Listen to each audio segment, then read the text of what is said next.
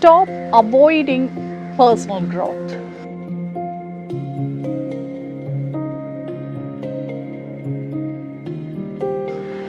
Personal growth എന്ന് പറയുന്ന ഒരു ഘടകം ഓരോ വ്യക്തികളുടെ ലൈഫിനകത്തും വളരെ ഇമ്പോർട്ടൻ്റ് ആയിട്ട് ഡെവലപ്പ് ചെയ്തെടുക്കേണ്ട ഒരു കാര്യമാണ്. ചില വ്യക്തികൾ ചില റിലേഷൻസിൻ്റെ അകത്ത് വന്നാൽ, ചില റിലേഷൻഷിപ്പിൻ്റെ അകത്തോ അല്ലാന്നുണ്ടെങ്കിൽ വേറെ ഏതെങ്കിലും ഒരു കണക്ഷനുമായിട്ട് അങ്ങോട്ടായി കഴിഞ്ഞാൽ ഒരു സെൽഫ് ഗ്രോത്ത് അല്ലാന്നുണ്ടെങ്കിൽ ഒരു പേഴ്സണൽ ഗ്രോത്തിന് വാല്യൂ കൊടുക്കാണ്ട് മറ്റുള്ള കാര്യത്തിനകത്തേക്ക് അവരങ്ങ് മേർജ് ആവും. എപ്പോഴും നമ്മളെ നിലനിർത്തുന്നത് നമ്മുടെ ഗ്രോത്താണ്.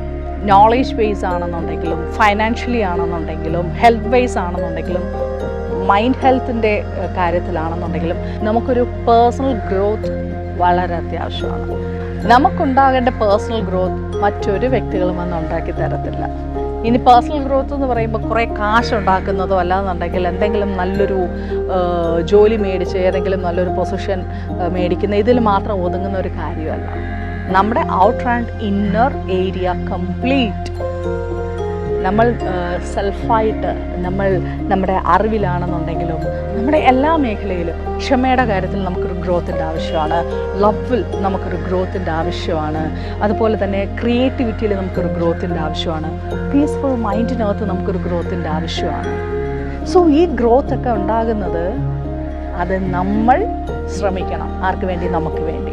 ഇതൊക്കെ നമ്മളിലുണ്ടെന്നുണ്ടെങ്കിൽ മാത്രമേ നമ്മുടെ കൂടെയുള്ളവർക്ക് നമ്മുടെ സറൗണ്ടിങ്സിനകത്തൊക്കെ നമുക്ക് ഷെയർ ചെയ്യാൻ പറ്റത്തുള്ളൂ.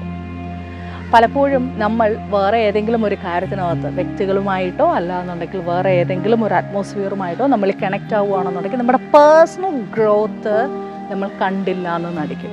നമ്മൾ പിന്നെ ജീവിക്കുന്നത് മുഴുവനും അതിൻ്റെ ബൗണ്ടറിക്കകത്ത് നിന്ന്, അതിൻ്റെ നോയ്ക്ക് അകത്ത് നിന്നുകൊണ്ടായിരിക്കും. So don't do that.